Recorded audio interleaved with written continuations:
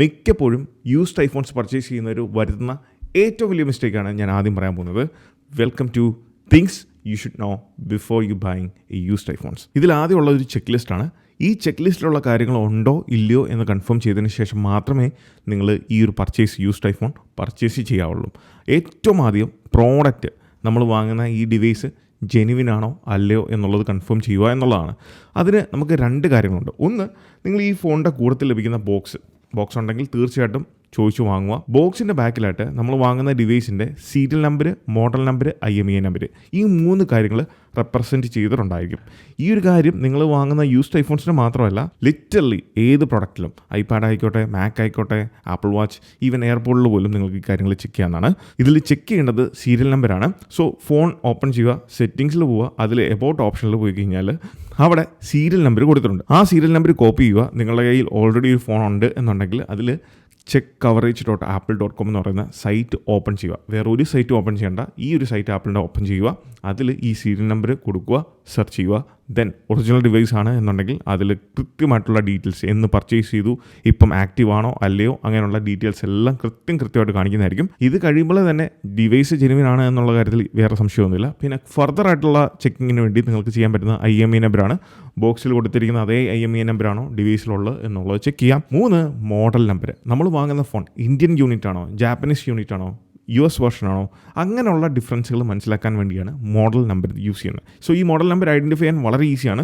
ഡിവൈസിൻ്റെ ബോക്സിൻ്റെ ബാക്കിലും കൊടുത്തിട്ടുണ്ട്. അല്ലാന്നുണ്ടെങ്കിൽ സെറ്റിംഗ്സ് എബൌട്ട് ഓപ്ഷനിൽ നിങ്ങൾക്ക് മോഡൽ നമ്പർ കാണാം. ഇവിടെ ശ്രദ്ധിക്കേണ്ട ഒരു കാര്യം, മോഡൽ നമ്പർ M-ലാണ് സ്റ്റാർട്ട് ചെയ്യുന്നതെങ്കിൽ, M വെച്ചിട്ടാണ് സ്റ്റാർട്ട് ചെയ്യുന്നതെങ്കിൽ അത് റീറ്റെയിൽ യൂണിറ്റ് ആണ്, ഫ്രഷ് റീറ്റെയിൽ യൂണിറ്റ് ആണ്. ഇനി അത് സ്റ്റാർട്ട് ചെയ്യുന്നത് N എന്ന് പറയുന്ന ആൽഫബറ്റിലാണെങ്കിൽ അത് റീപ്ലേസ്ഡ് യൂണിറ്റ് ആണ്. അതായത് ഡിവൈസ് കംപ്ലൈൻ്റ് ആയി ആപ്പിളിൻ്റെ ഓതറൈസ് സർവീസ് സെൻറ്ററിൽ കൊടുത്തപ്പം അവർ റിപ്പയർ ചെയ്യാൻ സാധിക്കാത്തതുകൊണ്ട് ഡിവൈസ് ഫുള്ളി റീപ്ലേസ് ചെയ്തു. അങ്ങനെ വരുന്ന ഡിവൈസുകളെ എളുപ്പം ഐഡൻറ്റിഫൈ ചെയ്യാനാണ് N-ൽ സ്റ്റാർട്ട് ചെയ്യുന്നത്. സോ റീപ്ലേസ്ഡ് ആണെങ്കിൽ N-ലായിരിക്കും.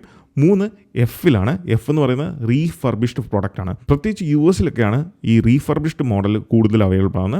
സോ ആപ്പിൾ തന്നെ യൂസ് ചെയ്ത ഫോൺ ആപ്പിൾ തന്നെ എടുത്ത് അതിൻ്റെ ബാറ്ററി, അതിൽ റിപ്പയർ ചെയ്യേണ്ട കാര്യങ്ങളൊക്കെ, കമ്പോണൻറ്റ്സ് റിപ്പയർ ചെയ്തതിന് ശേഷം സെയിൽ ചെയ്യുന്ന അതേ ഫോണാണ് റീഫർബിഷ്ഡ് പ്രോഡക്റ്റ്. 4, ഡെമോ യൂണിറ്റുകൾ.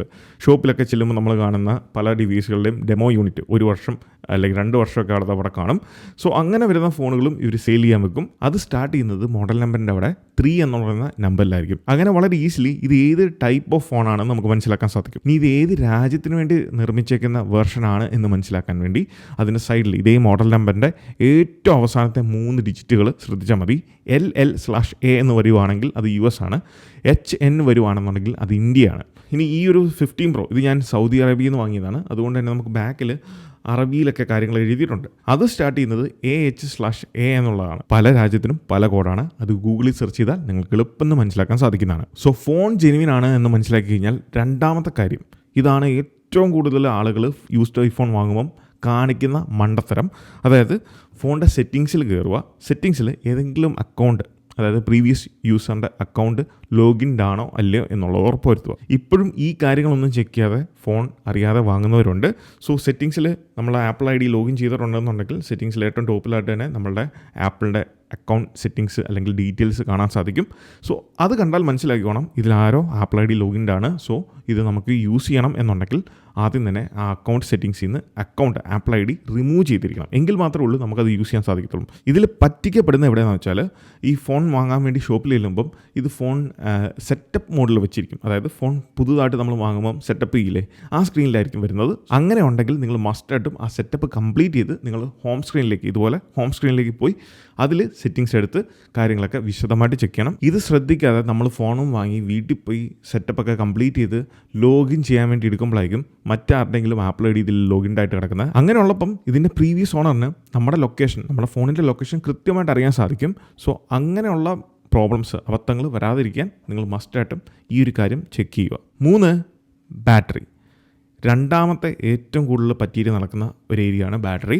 സോ നമ്മൾ വാങ്ങുന്ന ഫോൺ കഴിഞ്ഞ 2 വർഷത്തിനുള്ളിലുള്ള ഏതെങ്കിലും മോഡലാണ് എന്നുണ്ടെങ്കിൽ ഈ 2 വർഷത്തിനുള്ളിൽ ഈ ഡിവൈസുകളുടെയൊക്കെ ബാറ്ററി ഹെൽത്തിൻ്റെ റേഞ്ച് എന്ന് പറയുന്നത് ഒരു 85 അല്ലെങ്കിൽ 80% അകത്തായിരിക്കും. സോ നമ്മളെ ബാറ്ററി റീപ്ലേസ് ചെയ്യേണ്ട പ്രോപ്പർ ടൈം എന്ന് പറയുന്നത്, അല്ലെങ്കിൽ ഒരു കണക്ക് എന്ന് പറയുന്നത് 75% താഴേക്ക് പോകുമ്പോഴാണ് നമ്മളെ നല്ല രീതിയിൽ ഇമ്പാക്റ്റ് ചെയ്യുന്നത്. ഇനി നേരെ മറിച്ച് വാങ്ങാൻ പോകുന്ന ഫോൺ ഒരു 2 അല്ലെങ്കിൽ 3-4 വർഷം പഴക്കമുള്ള ഒരു ഫോണാണ് അതിന് ബാറ്ററി ഹെൽത്ത് ഒരു 90% മുകളിലൊക്കെ കാണിക്കുന്നുണ്ടെങ്കിൽ ഉറപ്പിച്ചോണം ഒരു 99% അത് ബൂസ്റ്റഡ് ബാറ്ററി ആകാനുള്ള ചാൻസസ് ആണ്. ഇത് യൂസ്ഡ് മാർക്കറ്റിൽ കാണുന്ന ഒരു കോമൺ തട്ടിപ്പാണ്. അത് കാണുമ്പോൾ നമ്മൾ വിചാരിക്കും ഈ കാറ് വാങ്ങുമ്പോൾ ഡോക്ടർ യൂസ്ഡ് കാറ്, കാരണം അധികം ഓടത്തില്ലല്ലോ, ആശുപത്രി വീട് അത്രയ്ക്കല്ലേ ഉള്ളൂ.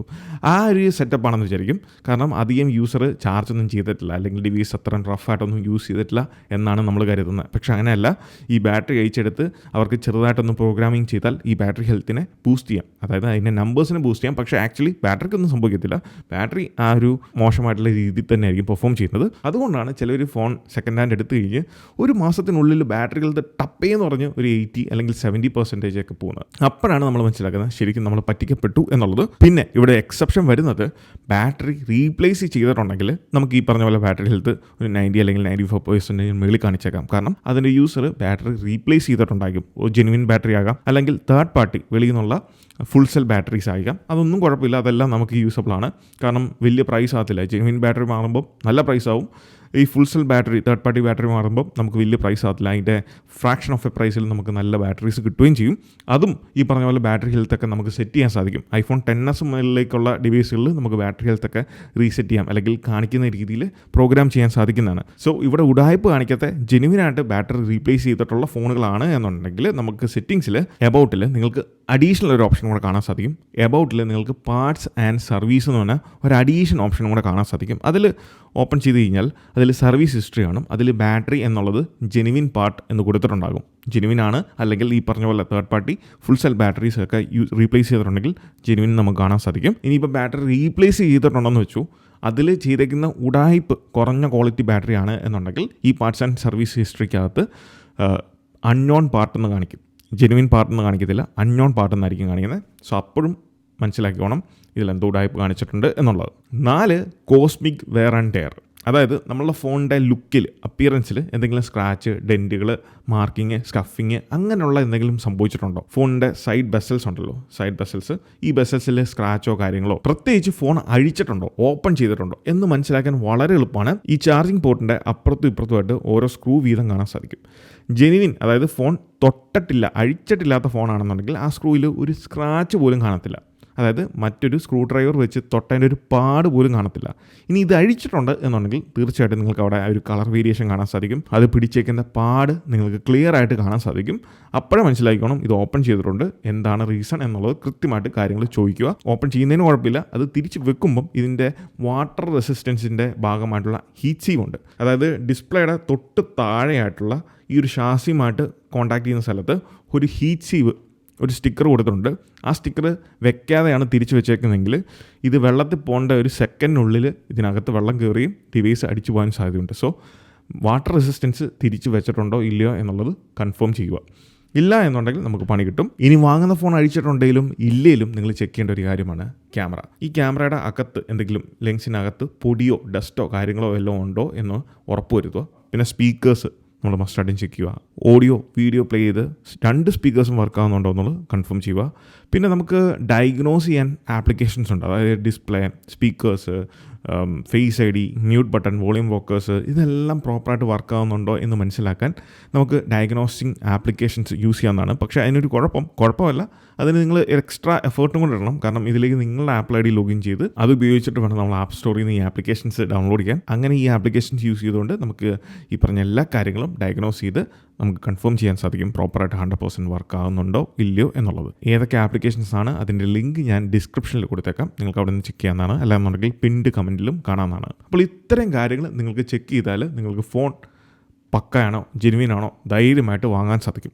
ഇനി എക്സ്ട്രാ ബോണസായിട്ട് ഞാൻ കുറച്ച് കാര്യങ്ങളും കൂടെ പറഞ്ഞുതരാം. ഡിവൈസ് റീസെറ്റ് ചെയ്യുക, ഫാക്ടറി റീസെറ്റ് ചെയ്യുക, സെറ്റിങ്സ്, ജനറൽസ്, അതിൽ ഇറേസ് ഓപ്ഷൻ കൊടുത്തു കഴിഞ്ഞാൽ ഡിവൈസിൻ്റെ OS കംപ്ലീറ്റ് റീസ്റ്റോർ ആകുന്നതായിരിക്കും. റീസ്റ്റോർ ചെയ്ത് ഫ്രഷ് ആയിട്ട് വരുന്നതായിരിക്കും. അതിൽ നമ്മളെ സിമ്മും കൂടെ, ഫിസിക്കൽ സിം ഉണ്ടെന്നുണ്ടെങ്കിൽ അതും കൂടെ ഇട്ട് നോക്കുക, ഇട്ട് ഉറപ്പ് വരുത്തുക ഇത് കുഴപ്പമൊന്നുമില്ല എന്നുള്ളത്. ഇത്തരം കാര്യങ്ങൾ ചെക്ക് ചെയ്തതിന് ശേഷം മാത്രമേ നിങ്ങൾ യൂസ്ഡ് ഐഫോൺസ് വാങ്ങാവുള്ളൂ.